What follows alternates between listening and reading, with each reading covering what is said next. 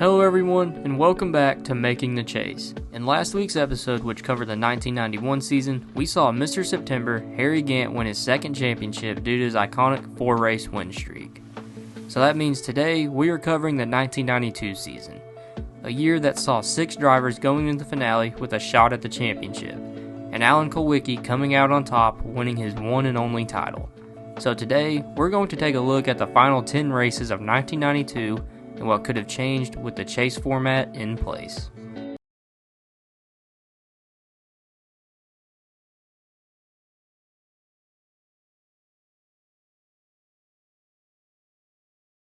The battle to get into the 1992 chase was chaotic. We only had 4 drivers locked in: Bill Elliott, Davey Allison, Alan Kulwicki, and the defending champion Harry Gant. We had 6 spots up for grabs among 12 drivers still within range. In 5th, we had Mark Martin, who was 104 points in. 6th was Ricky Rudd, who was 62 points in. Following Rudd was Terry Labonte, who was in by 43 points. Dale Earnhardt in 8th, 21 points in, with Kyle Petty and Morgan Shepherd both in by 17 points. The first guy out looking in was Ernie Irvan, who was out by 17 points. Behind him was Sterling Marlin, who was out by 60 points. Then there were 4 long shots of Darrell Waltrip, Rusty Wallace, Brett Bodine, and Ken Schrader. Now, out of the drivers who were actually within a reasonable deficit, Ernie Irvan was the one who came in clutch, finishing the race 4th and actually clinching a chase spot. So that meant one of our drivers that were already in was knocked out. This driver was unfortunately Ricky Rudd. Oh, there's Ricky Rudd. Ricky Rudd is in the wall and flames are trailing behind the car. Going to bring out our 3rd caution of the day. Looks like some pretty heavy contact on the right side of that car. He's probably knocked an oil line off or maybe the fuel pump off the car. And that's the fire that we see. And the fire truck immediately up to the aid of the Tide Chevrolet. Rudd finished the race in 36th and missed the chase by just 19 points.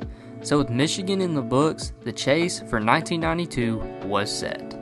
In the regular season, it was largely dominated by Bill Elliott and Davey Allison. These two were the only drivers that left races with the points lead. Allison left with the points lead in 16 of the 19 regular season races, and Elliott left with the points lead 3 times. But most importantly, he left with the lead heading into the chase, clinching the 1 seed. These 2 drivers started off the season in dominant fashion, sweeping the opening 5 races, which included Bill Elliott becoming the 9th driver to win 4 in a row. Despite this, Elliott still didn't have the points lead.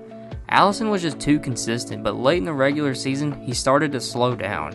Injuries from multiple scary crashes started to pile up, and Elliott was able to snatch the points lead from him. So going into the chase, the favorite without a doubt would have been Bill Elliott, just due to his late surge in consistency. In the chase opener at Bristol, a non-chase driver, Darrell Waltrip, would win the race, with the highest finishing chase driver being Dale Earnhardt in 2nd. But after this race, Bill Elliott would still hold the points lead, but only by 5 points over Alan Kulwicki. In the following race at the Southern 500, Elliott would finish 3rd, extending his points lead to 33 points over Kulwicki, who finished 8th. In the 3rd race of the chase at Richmond, Elliott had a mediocre day, finishing 14th, and now his gap to new 2nd place Mark Martin was just 18 points. But in race 4 at Dover, Elliott bounced back, dominating, and while not winning, still finished 2nd with the most laps led and gave him a healthy 48-point advantage over new 2nd place Kyle Petty. But in race 5 at Martinsville, Bill Elliott's solid run would come to an end. It's lap 163 and caution is out on Martinsville Speedway as some of the other front runners make their pit stops. Here comes Rusty Wallace out of the pits. Still on pit road, Kyle Petty, Harry Gant, Rick Mast, and Morgan Shepherd. Why are we under caution? You ain't gonna believe it, folks. Yep. The 11 car blew up. Bill Elliott, big puff of smoke down the straightaway. He's behind the wall, Jerry. Elliott suffered an early engine failure and finished 31st. This handed the points lead to Kyle Petty, who finished 4th, and now had a 44-point gap to Elliott. And the chase fight was actually kind of close. Mark Martin was in 3rd, just 62 points back. And Kulwicki, Allison, and defending champion Harry Gant were all within range of Petty. So this is still anyone's championship. In the 6th race of the chase at North Wilkesboro, Elliott had another rough day and finished 26th, while Petty finished 3rd. and this caused Elliott to drop down to third, now 129 points behind. Mark Martin would move into second and was now just 57 points back. And in the next race at Charlotte, Martin broke through and won, while Petty finished third, and Martin was now just 47 points behind. But in race 8 at Rockingham, Mark Martin's season would come crashing down.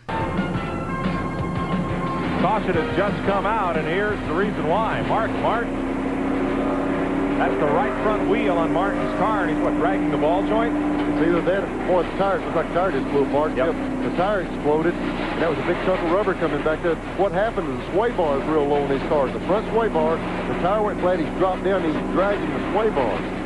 The tire exploded right as we were looking at it. That's where you bolt that sway bar under there. It's dragging that. If it drags the hole through there, then the bolt comes out, and he won't have a sway bar to run the rest of the race with. We won't have a camera. Boy, this is going to be critical. He's coming down pit road. Oh, he slapped the wall. Boy, I mean, not only the right front, look at the right rear on that car. It looked as if the sway bar broke either as part of the incident or to cause the incident. And then later, as you saw from the inside the Martin's car, the tire went down. Martin wrecked out and finished the race in 30th, while Kyle Petty asserted dominance and won the race, making the gap to second a whopping 159 points. In the penultimate race of the season at Phoenix, all Petty had to do was walk out with a decent finish, and he would be in prime position to claim his first championship. However, Petty just didn't bother to show up and had a mediocre day, finishing 19th, while Martin finished second and the gap was just 90 points heading into Atlanta. All Petty had to do was finish 20th and he would guarantee himself the championship. But he wouldn't even have to do that, as Mark Martin dropped out around the halfway point due to an engine failure. Now, with no pressure, Kyle Petty brought home the black and green mellow yellow Pontiac Grand Prix in 16th and claimed his first Winston Cup championship. So Kyle Petty would shock the world and win the 1992 championship. Just to think, in the regular season he was never in the picture or even in talks as being the favorite to win the title. When I had to do the math for this video, I was very surprised that Kyle Petty of all drivers won this championship, and this would change NASCAR history quite a bit. Alan Kulwicki definitely isn't a Hall of Famer. Davey Allison isn't remembered quite the same. Bill Elliott was basically a non-factor towards the end and would be forgotten. This also would have created a huge storyline. The King, Richard Petty, in his last race gets to see his own son win his first championship. That would have been a historic and great storyline to have, but in my opinion it still wouldn't have made up for us losing an all-time great points battle. Now, if the chase was a thing in 1992, we would all look at this season the same way we do the 2012 season. Now, if you guys are longtime viewers of the channel and you saw the 2012 Breaking the Chase video, you would know that with 6 races left, we had 8 drivers within reasonable striking distance. And at the finale, it was a lot closer than it was in real life. But anyway, Kyle Petty was definitely an unexpected champion, and this just goes to prove, like I said in my last video, that anyone can catch lightning in a bottle and go on an insane run and come out on top. Well, that's going to do it for today, guys. Thanks for watching. Like and subscribe. I'm trying to hit 4,000 by the end of the year. Comment. Thank you to my channel members, and I will see you next time for another video. Y'all have a good one.